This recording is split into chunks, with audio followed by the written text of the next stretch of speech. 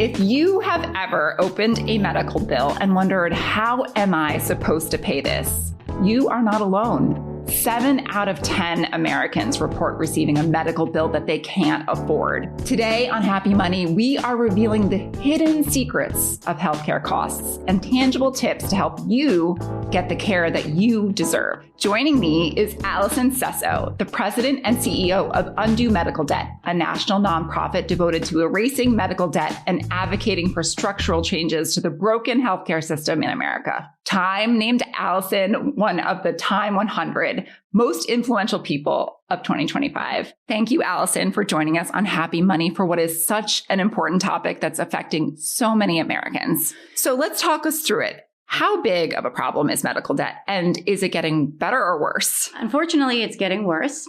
Congress is not going in the right direction on this issue, and so it is getting worse. It's a $220 billion problem, at least, impacting 100 million Americans, and it is the number one cause of bankruptcy. Wow. And it's not just the uninsured here. It's everybody. And I saw a stat that 36% of adults have skipped the care that they needed in the past 12 months because of cost, especially women. Women are 38% more likely to skip the care that they need versus men will skip the care 32% of the time. That's so interesting. So it's really impacting so many people. And not only that, it's making them sicker because they're not getting the treatment that they deserve. Why do you think that that's happening? Why are people avoiding the care that they need because of cost? Yeah, because people are trying to make ends meet for their households, and especially women, right? They're often the ones that are balancing the budgets for their families. Mm-hmm. And so they recognize the impact that a medical debt that is unexpected, or any bill that's unexpected, can have on their ability to continue to meet basic needs for their family.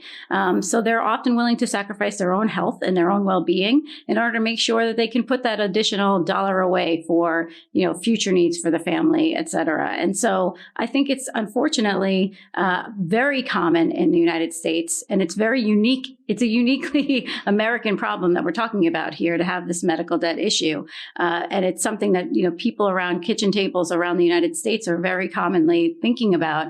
Should we wait to see if the pain subsides on that, knee issue, or on that pain in your stomach? Or should we go ahead and check out and see if we should get that care? They don't want to pay that initial cost and find out, the doctor said it wasn't a big deal and I can move on from my life. And so, I think there is a lot of people that have insurance that end up in medical debt. And I think that that's part of the problem, is that the insurance system is failing us. Right. So people are skipping that preventative care. And for women, things like mammograms and cervical screenings are so important. And yet, they may be skipping it if it means extra costs. But also when you think of things like cancer, if you are not getting it treated in the right amount of time, that could end up meaning that, you miss your window, or God forbid something, it worsens. So it really is making people sicker because they're avoiding the costs. Absolutely. And I think what's interesting about that is as hospitals spend so much money, governments spend so much money. There's so much money being spent to try to get people to go and get those screenings. Right. Yet the way that we finance healthcare is the biggest thing that's prohibiting people from going and getting that care that they need. I think the other thing that people forget is that not only does it create a disincentive from getting care, but it also undermines people's ability to heal. Because once you end up in a financial situation because of a medical bill, your mental health is really impacted. The anxiety that you feel really undermines your ability to heal. And so we're sort of have this contradictory thing going on in our healthcare system, where on the one hand, we're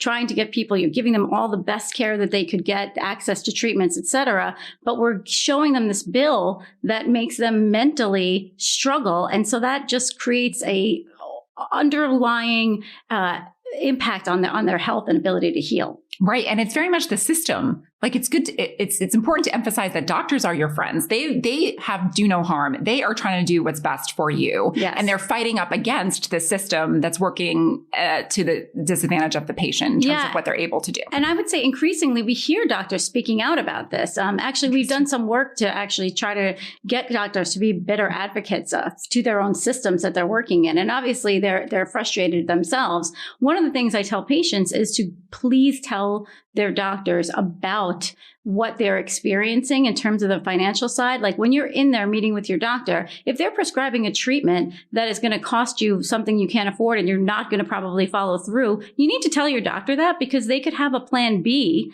potentially that maybe not as effective and the first thing they would choose if all their options were on the table. But if that's the one you're going to be able to afford and do, they'll let you know. And if you don't share with them your financial struggles, they're not going to be able to really treat you in your full self, including, unfortunately, the financial implications of the treatment that they're suggesting. Right. So even before you even get to billing, have that conversation with your doctor, because they are going to prescribe you the gold standard, because that's their, that's what they think is best for you.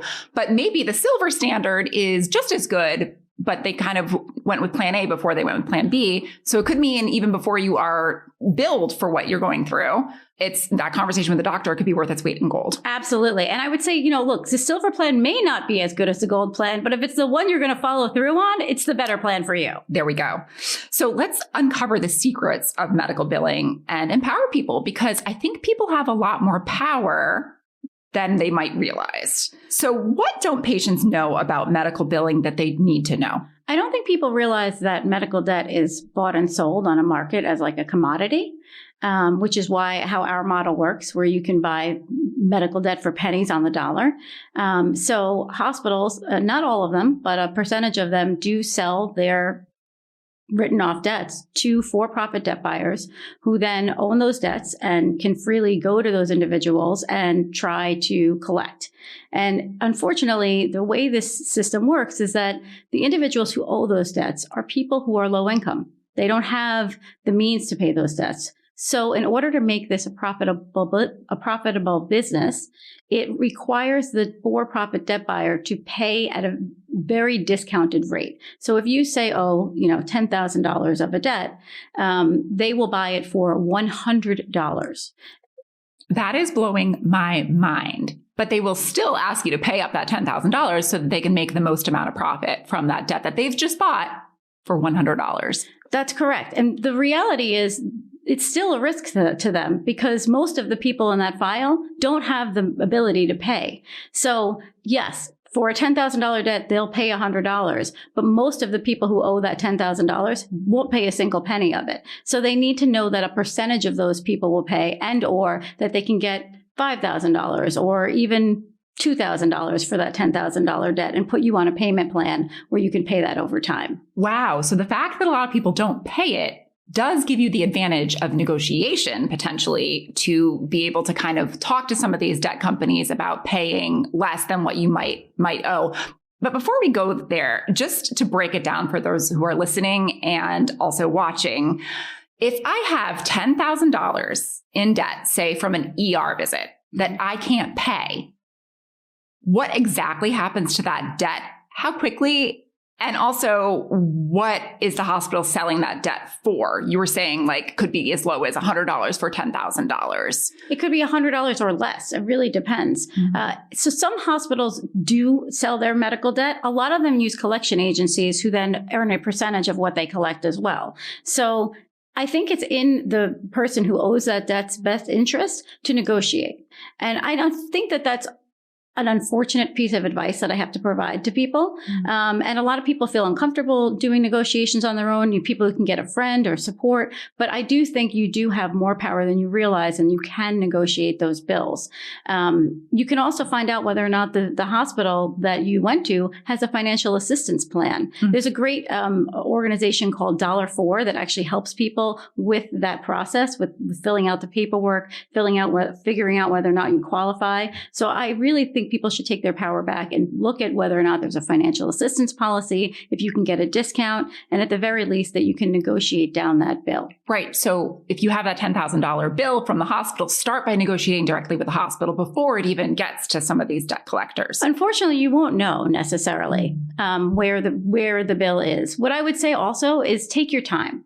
Do not feel rushed to have to settle a bill right away. There's a lot of back and forth, especially when a lot of these bills come with you having insurance. So there's back and forth between the hospital or the healthcare provider and the insurance company. So you should make sure that you do not rush to pay a bill or end up in a plan. It takes time for it to end up on your credit, if that even does happen at all. So do not rush. Take your time. Do the negotiation with whoever you're talking to. You can ask who it is. Is this a hospital that I'm dealing this? Is this an outsourced vendor? Is this a collection agency? Do you own my debt? These are questions you can ask directly to whoever is calling you about that bill. What I would not do is ignore it. Okay. So that's so interesting. Take your time. I'm somebody that's so paranoid of having any debt that, I will do everything I can to pay off my credit card bill as quickly as possible so it doesn't affect my credit score. But talk me through that a little bit more. Medical debt doesn't always affect your credit score, or does it? Correct. It does not always affect your credit score. A lot of hospitals do not put those bills onto credit reports at all. Mm-hmm. And so I would not rush to pay a bill. I would also make sure that you deal with your insurance company. If you have an insurance company and you're insured, you should be calling them and finding out, did they deny the care? Why didn't they pay the full bill? Why is this amount falling onto you? Right. So there are things you should absolutely do on your end before you pay the bill. But I would wait at least, take your time, at least a year. You could wait. Wow. And it's worth researching the state you live in, right? Because I think there are some state laws that prevent the medical debt from going on your credit score, or at least up to a certain amount. Yeah, there's actually 16 states that have passed laws locally that say that you cannot put medical debt on a credit report at all. And then others have reduced rates for interest. There's others that have a threshold where hospitals have to give free care up to a certain percentage of income. So absolutely research what your state has in place. If you are in a state where your medical debt will not go on your credit report, what's the worst that could happen if you don't pay it? So the answer is not black and white.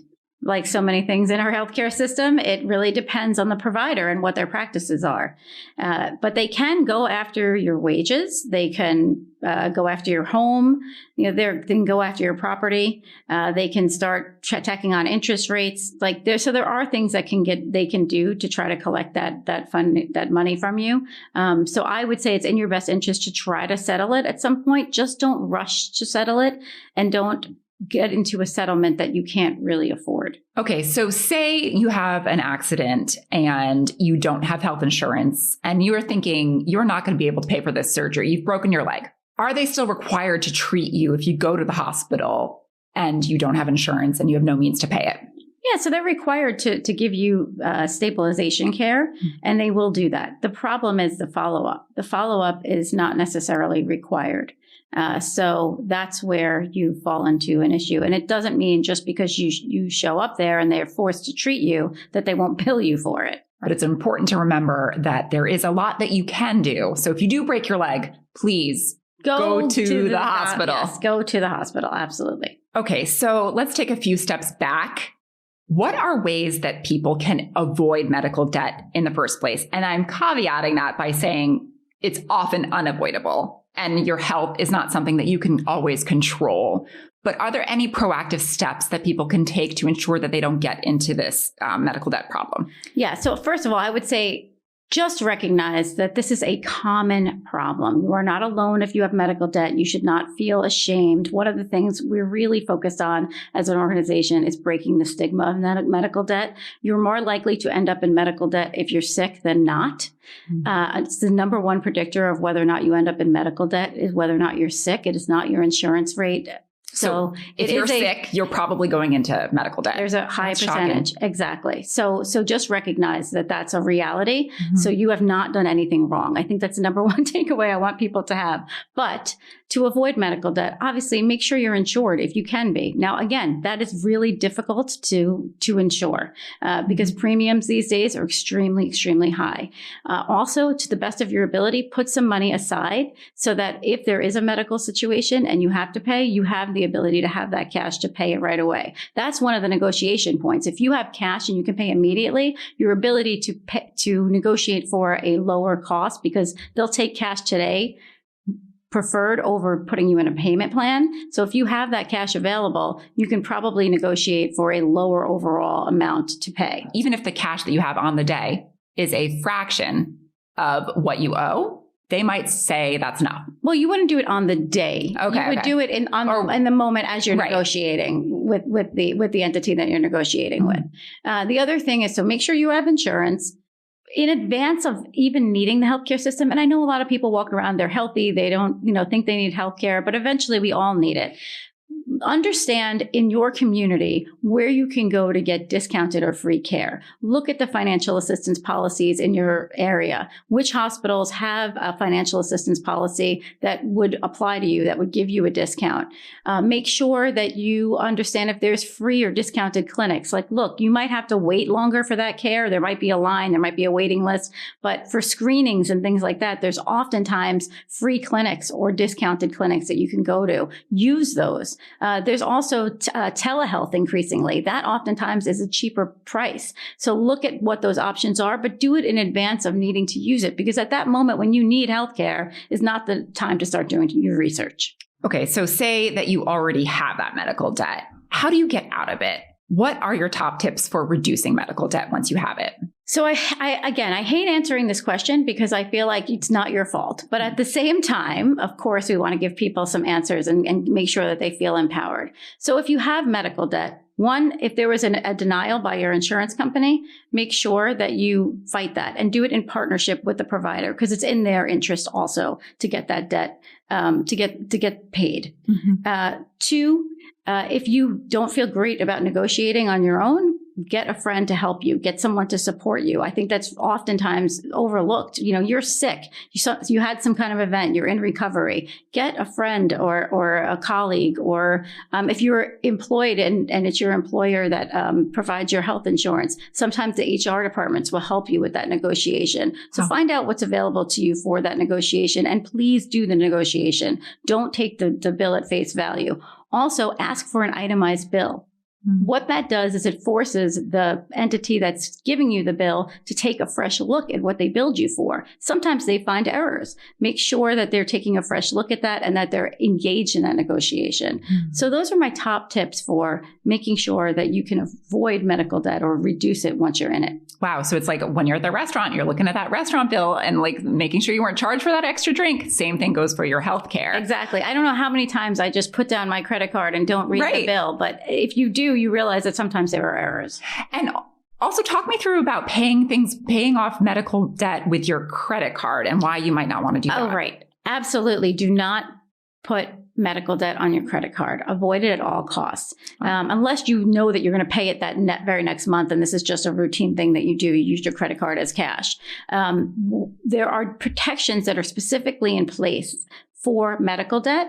For example, lower interest rates, protections around whether or not they can put it on your credit. Once you put it on a credit card, it's no longer medical debt and those protections disappear. So it's really important that you not put medical debt or medical costs on your credit card. Okay. So walking through all the steps, you went to the ER, you have a $10,000 bill.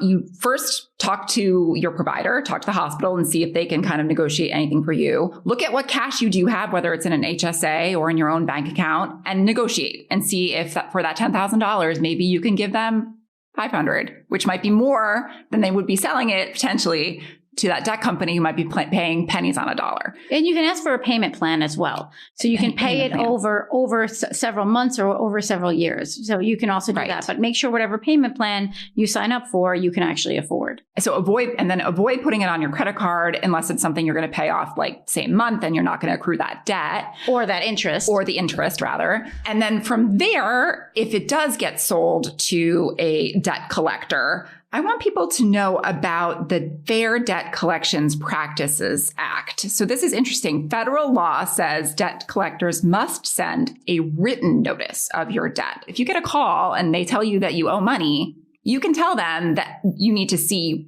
written verification of that debt. On top of that, you have 30 days to request validation once you get that written notice. And debt collectors must prove that the debt is valid and that they own it.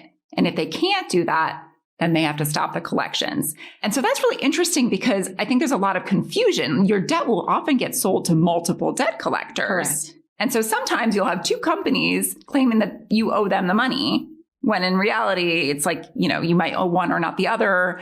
So it's important to get that clarification and understand that you have all these rights as a consumer. That's exactly right. And I think that if you have your debt that was sold from a hospital, it's okay to also call the hospital and say, you sold my debt to XYZ company, and I want to understand what the logic there is. What's the principle behind that? I think that it's important to hold your hospitals accountable for letting go of those debts. Increasingly, hospitals are not selling their debt to for-profit debt buyers. There's only a relatively small percentage. They still do it, but there's a decreasing, I think, percentage that are doing it. So the hospitals that continue to do that, it's important to hold them accountable. This is so interesting. You realize you have so much more power to negotiate than you think. So if you see that terrifying $10,000, $20,000 medical bill, it may not be what it seems. And I think that's what's the really important takeaway from our conversation today. But on top of that, undue medical debt, you're working really hard to erase debt for people. Can you talk me through exactly how your organization works? Yeah. So we're this national nonprofit that takes donations. We have incredible donors from small donations to large donations to corporations to governments.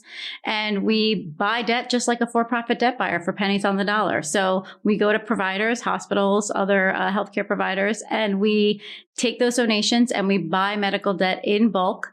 We focus on people that are 400% of poverty and below, or if the debt is 5% or more of someone's income.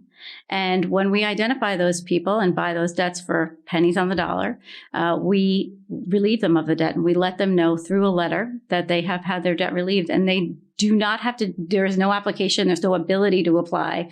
You just get that letter as a surprise in the mail and let you know that your debt has been free and cleared. And we love doing that because what it does is it really provides a sense of relief for individuals. One of the things that we know about medical debt is that one of the biggest problems is that it creates a mental strain on people, that they feel a sense of overwhelmed and they try to push it back in the back of their minds. But when they get that letter, they feel a real sense of relief. And it's one of my favorite parts of what we do at Undue Medical Debt. So you are like the fairy godmother of medical debt, coming in and erasing it for folks. But in a way, it's almost like you hope that you're not doing this in sort of 10 years' time. I would love to go out of business. That's my goal. My goal is to put the organization out of business because we fundamentally have solved this problem. And I'm not telling people as the best piece of advice is to negotiate their medical bill, but to actually just say, just focus on your health and well-being and go get the care that you need. It's so important that we recognize that this is not the final solution to this problem. Ultimately, we need to do something different in terms of how we finance healthcare. Our insurance approach is failing us, and we see that it's a bipartisan issue, and we want to make sure that there is a change afoot in the United States on this issue. Oh, well, thank you so much, Allison. So folks can donate to Undue Medical Debt. Absolutely. Okay. So just like we can buy a debt for like a for-profit debt buyer, so $100 will get rid of $10,000 of medical debt. That's incredible. And if you do have medical debt, can they call you? They can't. No, it's like magic out of nowhere. There is no application because of the fact that we go to the provider and we buy the debt from them, and then we will notify people that they have had their debts relieved. Wow. This is such a fascinating and important topic. I feel like I'm so glad that our viewers and listeners can learn more about it from you, Allison, and also go out and kind of tell their friends that you have way more power when it comes to medical debt than you realize. And it's something that you are not alone. So many people are affected by medical debt. So it's important to talk about it. It's important to ask, for what you deserve. It's important to get the health care that you deserve. So not avoid getting treatment because of, the financial implications, because there are so many ways to make it work. The number one takeaway I would tell people is do not avoid the care that you need because of this. This is something that you can take the power back. You can deal with the consequences of the medical bill and negotiate it later on, but do not avoid the care. That is so important. Thank you, Allison, for coming on Happy Money. This is such an important topic. Thank you. And thank you for joining us on Happy Money. If you found today's episode helpful, like, subscribe, and share it with a friend. They can watch on YouTube or listen on Apple Podcasts, Amazon Music, or Spotify.